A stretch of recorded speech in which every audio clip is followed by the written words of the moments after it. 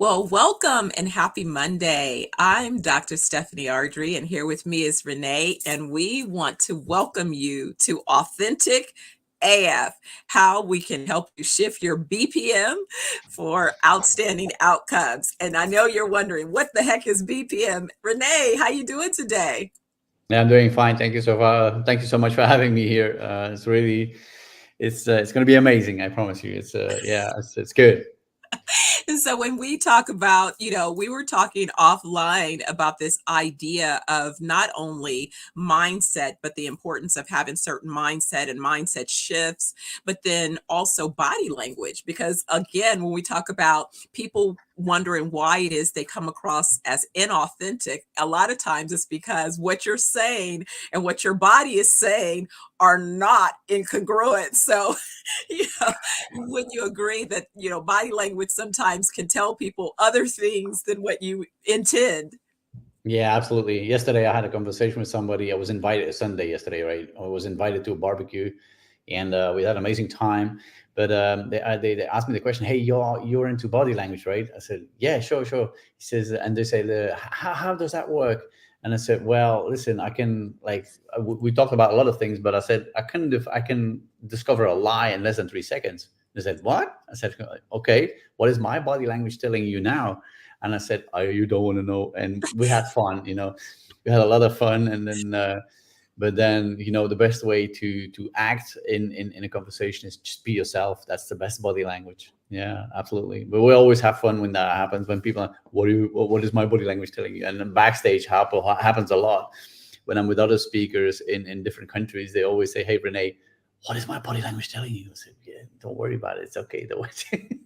But that's so important because people don't Yeah. realize, I was going through this recently. I've been having conversations. Of course, we all have been doing a lot of online meetings and conversations. And one of the things that I think is so horrible is especially when somebody is representing an organization and they're trying to complete a sales call. So if you come online and you don't have your camera on, I'm not buying from you. Here's why. One, I don't know you already. It's not like I met you in person before. So if this is our first point of communication and I have no ability to see your face or interact, I don't trust you. You have not done Mm. anything to identify that you want to establish a relationship. And more importantly, it's that body language, right? And so I guess my question is a little bit loaded is not only are you able to identify person's body language when you're present live with them, but what do you notice about their body language when you're interacting virtually through, like, for example, a digital platform such as this or like on a Zoom call? Yeah, and especially in front of a camera, when people can't look into a camera, for example, or they can't, or they're touching their ear, or they're like scratching, and there's always something. People are sitting like this, and then there's like a lot of space above their head, or they're like, there's always. I mean, watch out for these little details when you go online, because it says an awful lot about you in the first place, and secondly, you should be able to really look into the camera and have your hands like if your hands are viewable, make sure your hands are like expressing like confidence and but yeah, it's very important. You look into the camera, you make sure the camera is at the height of your eyes, and you make sure you look into like because we often all look to the person, right? And we're looking to the person, looking to this is not really making sense. You have to look into the camera, right? And that's has an awful of an amazing. Just bear with me 1 second. Mama is niet hier. Mama is waarschijnlijk boven. Nee, maar ze is niet boven. Ja, maar ik ben aan de computer hoor. Oftewel is mama buiten. Kan ook. Sorry. I'm staying with some friends here. Sorry for that. I really appreciate. I really sorry. But the thing is that it's very important to pay attention to the details, to pay attention to the light, to pay attention to the sound, to pay attention to a lot of details that have an influence on the conversation. That would also enhance the credibility of the conversation, the credibility of what you share with people. Yeah, it's super, super, super important. Mama is niet hier. Kun je de deur dicht doen?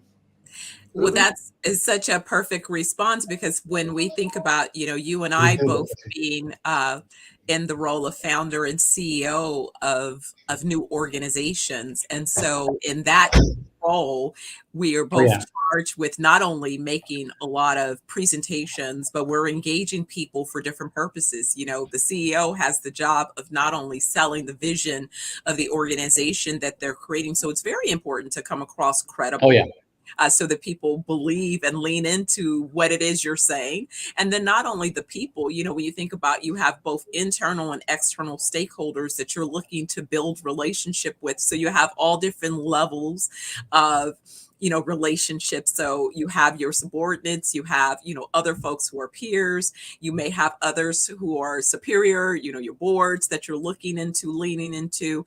And in all of those relationships, although they are different, they all Hmm. require a certain level of understanding who you are in those True. relationships and what it is you want each of those communications to communicate effectively, not only verbally, but definitely visibly when they're looking at your body language, your facial True. expressions, your energy, all of those things.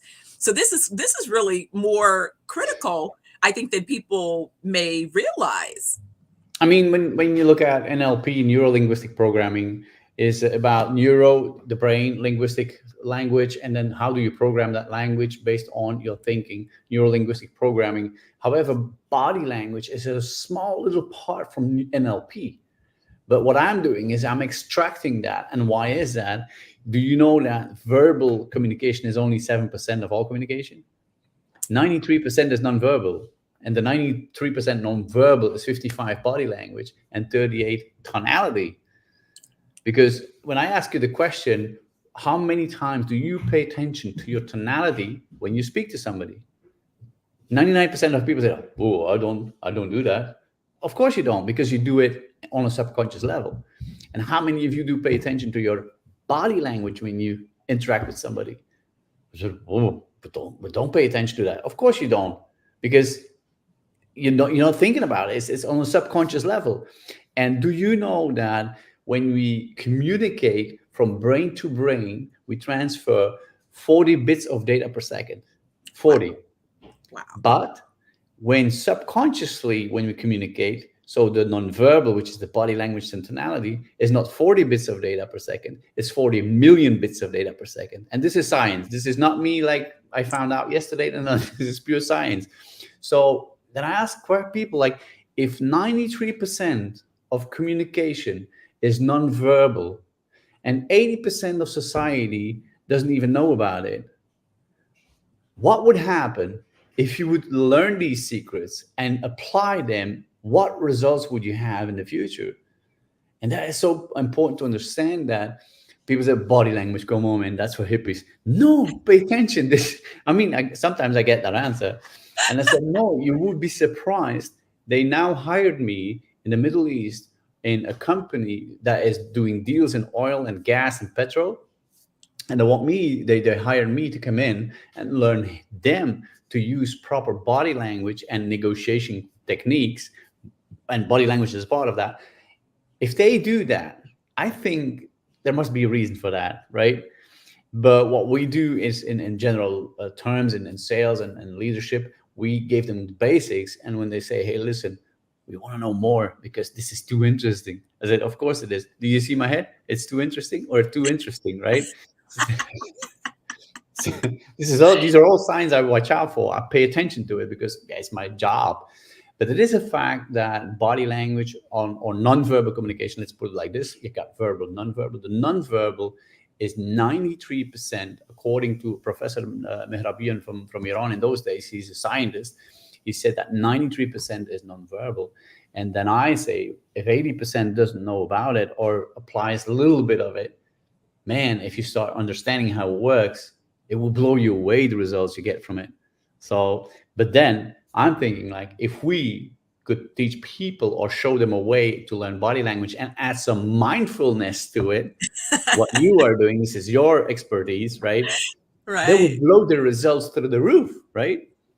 It's so amazing and it's so Yeah. interesting because I find it great, really, that even organizations are recognizing that these are important things. As organizations struggle with things like there was a couple studies last week. I remember reading about organizations, some of them facing, or it was on a news cycle, and they were talking about inside or internal organizations attempting to be overly positive, but how that fake positivity was actually producing more harmful outcomes because it's Mhm. almost like this fake Pollyanna ideal. And that's usually what happens inside of organizations. As your organization grow and expand, the leadership tends to be disconnected from what's really happening on the line, within the other layers of the organization, because people sort of adapt to whatever has been demonstrated as cultural norms. So if someone says, well, we just want to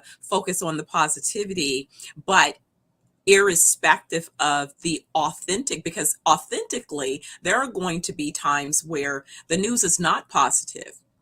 We can find Mm. positive elements of the news, but the news is not positive. So we want to be able to recognize what are the facts of the news and then where we can make particular shifts. And I Yeah. think that that's what people feel. They feel as sort of an incongruence when you're presenting something and in their gut they know that that's not factual, it's inauthentic, and they don't want to lean into those things. But it actually creates little trauma, Yeah. and True. this is manifesting in mental health issues, and it's showing up as stressors and also as burnout. And so as those things happen first mentally, then they begin to manifest physically. And so you see then the need and dependence on, prescription. And so there begins this kind of cycle that continues to evolve, because when you think about it, at the very core, the root cause was never properly addressed, and so we just keep Mm. kind of reacting to each new symptom that emerges rather than getting to the root cause. And I think that that's why this whole conversation, the goal was to really tie into how can we be authentic, how can we Yeah. demonstrate and present ourselves from an authentic standpoint, irrespective of the circumstances around us. Well, one of the things I would add, I mean, is a little tip I'm going to give away here, is that find out who you are in the first place. Mm, Because it is so important to ask a couple of questions to yourself to find out who you are. And then you can ask the same questions to somebody else to find out who they are. And then if you say, listen, they are more reserved, like more um, solo player, more like, what I mean is, it's like they are very like quiet. They're very, but I am like more an eccentric. I mean, like extrovert. I mean, and they are introvert. And but when you find out who you are, and you find out who somebody else is, you step out of your life, or not all your life, but out of your character, so to say, or way of living, and you start living their language. You start speaking their language. And when you start speaking introvert language to an introvert, they will say when you leave, wow, this is the first person who understands me. And the only thing you did was stepping out of your character or your lifestyle or your way of speaking. You speak their language, right? And you will level with those people in a very natural way, in an authentic way, because you can fake as much as you want. Sooner or later, it doesn't work. But if you are very like honest, and you're leveling, and you ask honest questions and straightforward questions, because that's another mistake a lot of people make. They do the talking, talking, talking, talking, talking. The way of communicating is the best speakers are the best listeners. Did you know that? yes. But how can you listen is by asking questions. And which questions? Open questions. So if you know you're an extrovert, you're speaking to an introvert, stop being an extrovert, start asking introvert questions, and then the people will, like, they will open up. But that is the first thing. It's like, these fighter jets, like Tom Cruise in Top Gun, when they are Yes. chasing each other, and there is that like computer system looking for that heat signal in front of them. Once Mhm. they are locked in and they shoot, they can't miss anymore, because they Right. are leveled. So you're like, and they fire, and you know. It's the same with our brain. If you can level with somebody, you can do lots of things. You can accomplish so much more. But you have to do it in terms of our title as authentic as F, right? Otherwise, I mean, let's keep it polite here. But that is the whole thing, to do it as authentic as possible. And in the end, you're going to gain so much more, for sure. So much more. Oh, Yeah. it's so true when we think about it. I mean, I guess if we were to look back, and we'll continue to not only look back, but to look forward into future case studies where we see and apply this in organizations and are able to capture measurable outcomes. I think about it when I think about organizations, because even as we're setting up, our activities, that's the shift that we've moved into. Our team is working on all of our sales, and we're talking about, what's the customer experience, and what is the authentic experience that we want to tie to a value proposition that we can literally consistently deliver on, right? These are promises that we want to make throughout our brands. And Yeah. how are we going to, one, not only develop but communicate? How are we going to make sure that what we believe we're delivering is being delivered? And the only way we can do that is by engaging in communication with our target market segments. Yeah. And so the very important beginning that you stated is how listening is essential. And so often listening is a skill that oftentimes people have not truly mastered. True. They're more waiting to respond as opposed to really being present to listen to what's being stated. Would you find that you've experienced a little bit of the, distinctions between that, and how does that then also impact body language? Well, it's a fact, when you ask questions, you give people significance in the first place because they're going to do the talking, right? If you ask a question, say, how come you're here today? Is there a specific reason? I would love to know. Could you share that with me? And they go like, oh, well, we're here because, and then while they are speaking, in fact, when you think about it, you give that person significance. They feel like important. That's the first thing. The second thing is that you can find out if the body language is congruent with what they say. You can look at their eyes, where their eyes go in when they're saying something, if they're saying something emotional or rational. When they say something emotional, something they should remember, they should look in a different. I'm not going to share it here right now, otherwise people are not going to come to those training workshops. You can Sorry share for a that. couple tips. They won't get it in an instant. These are secrets. But the thing is, where the way they are looking while they're saying something, when you say something rational or emotional, sometimes people have a tendency to look in a certain direction. But if the direction is not correct, my next question will be based on that very moment that I saw the eyes went the wrong way. When I get another red flag and another red flag and another red flag, that means that I will be able to find out if they're lying, yes or no, just by asking questions. And while people are speaking, you can prepare your next question. You got time to think about your next question. And most of the time it's based on the answer they give. I was in those days with Tony Robbins. He would ask somebody, why are you here? And the person would say, oh, because 1, 2, 3, X, Y, Z. And he would say, that's interesting. Why are you here? And the person would say, what? I just told you because the whole story. I said, that's interesting. Tell me more about this. Why this? Why that? Why that? The only thing he did was why? At the end, he says, back in the US, they call me the why guy. But these are systems, to find out not only information, but also to see if body language is really congruent with what people say. And sometimes people are not at ease, and they sometimes don't look in your eyes. They are afraid to look into your eyes. But that's maybe of a lack of confidence. Maybe something happened in the past we don't know about, because it's not always in the moment.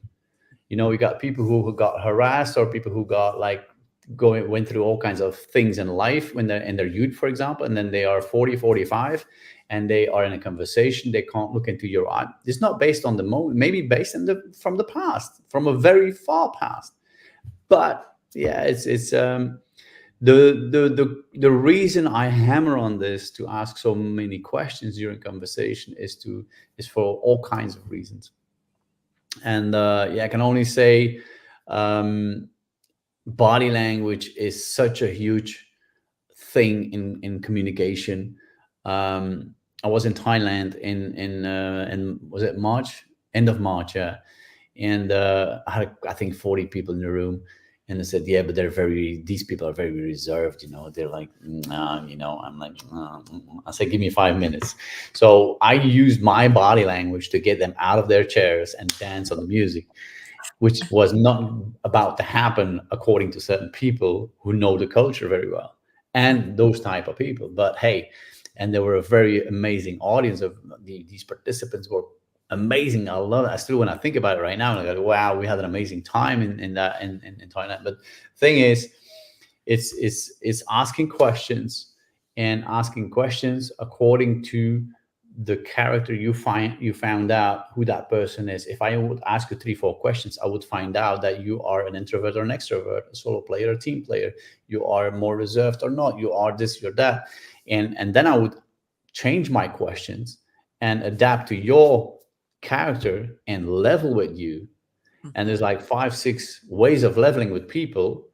And when you would apply all 5 6 7 of them, your conversations and results from those conversations will go through the roof. I guarantee you that. Mhm.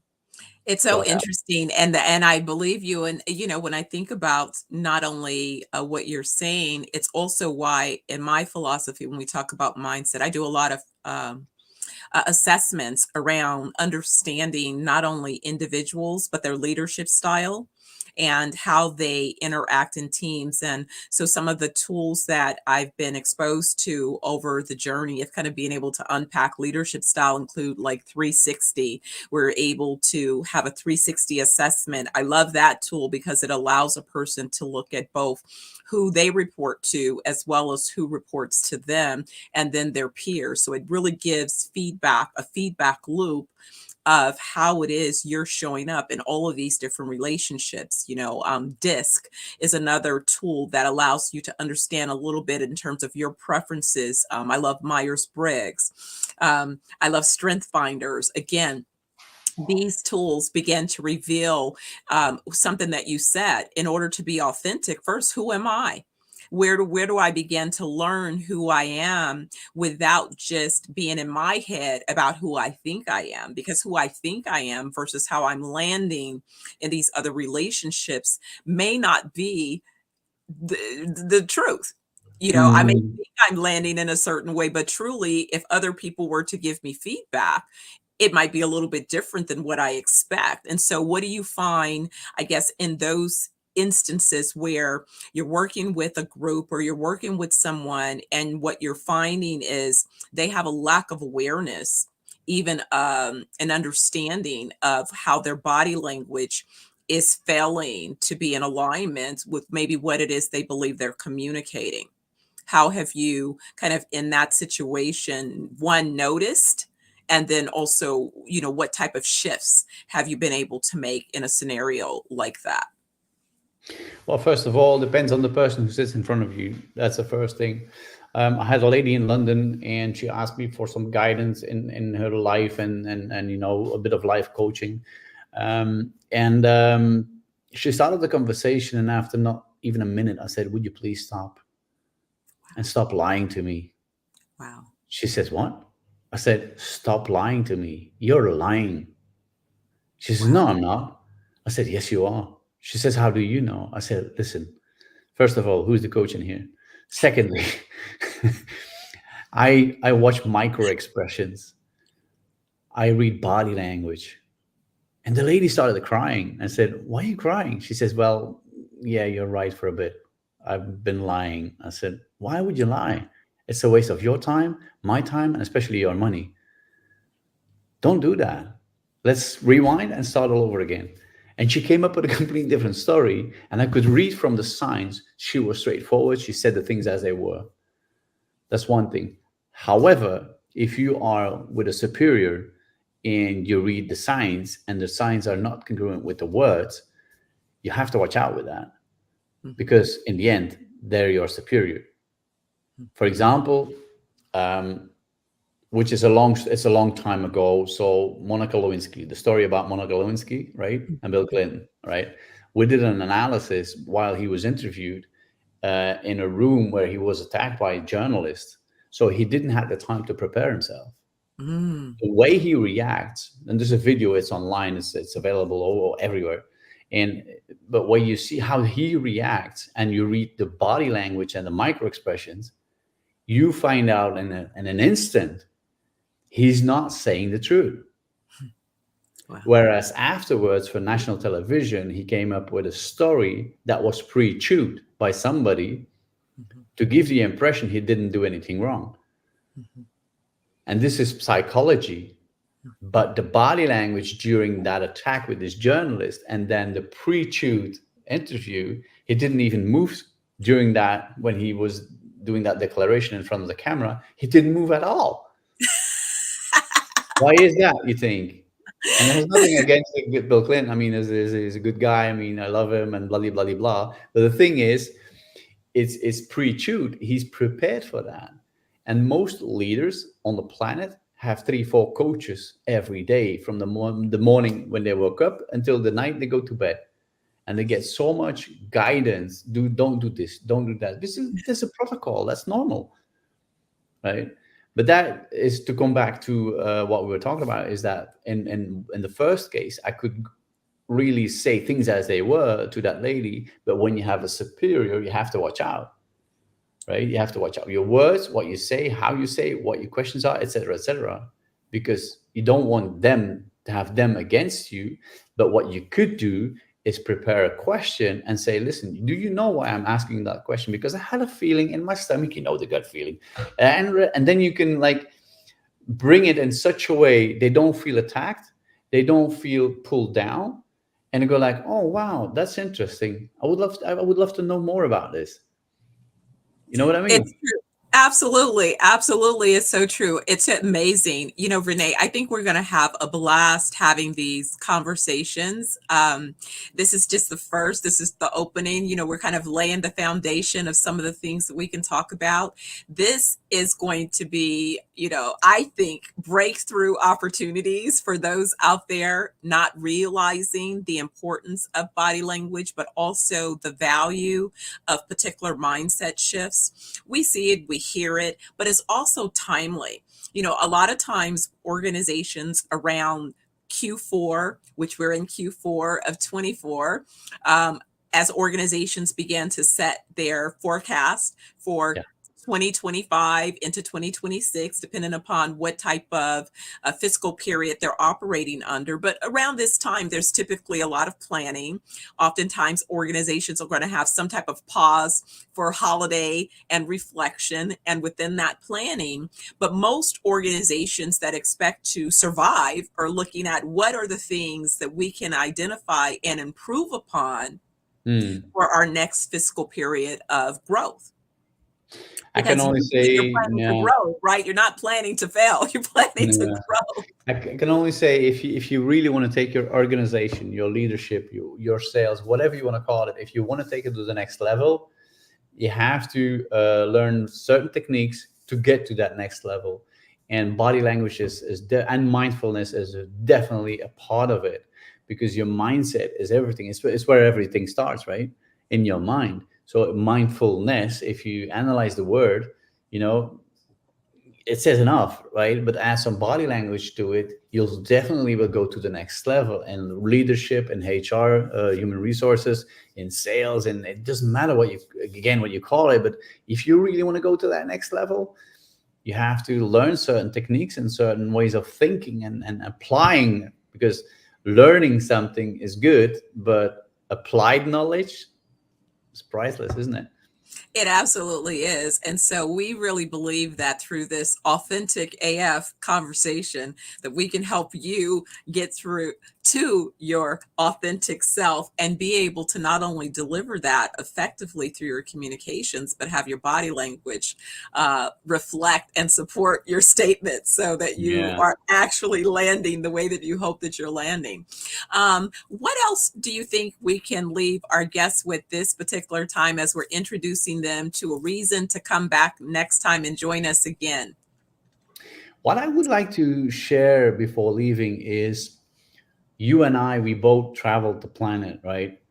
We went through many countries to we saw many cultures, many religions, many, different people, different lifestyles.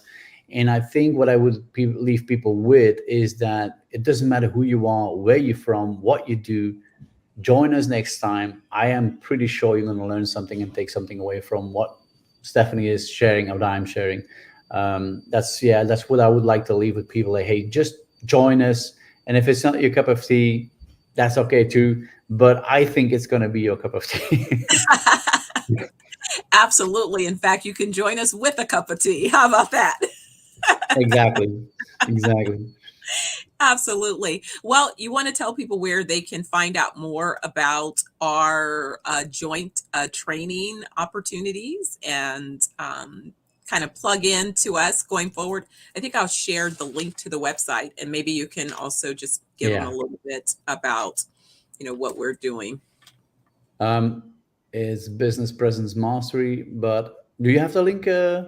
Yes, I just posted it in the comments section. So for anyone that would like to get more information about Rene and I and how we're collaborating to help you and your organization unlock your authentic selves by basically delivering 100% on both that body language and that mindset to produce outcomes, we're your team. We're ready for you. Absolutely. Absolutely.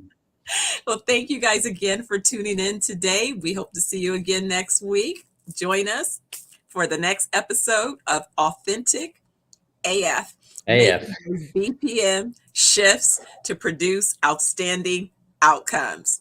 Take care, guys. We'll see you next week. Ciao. Bye bye. Bye.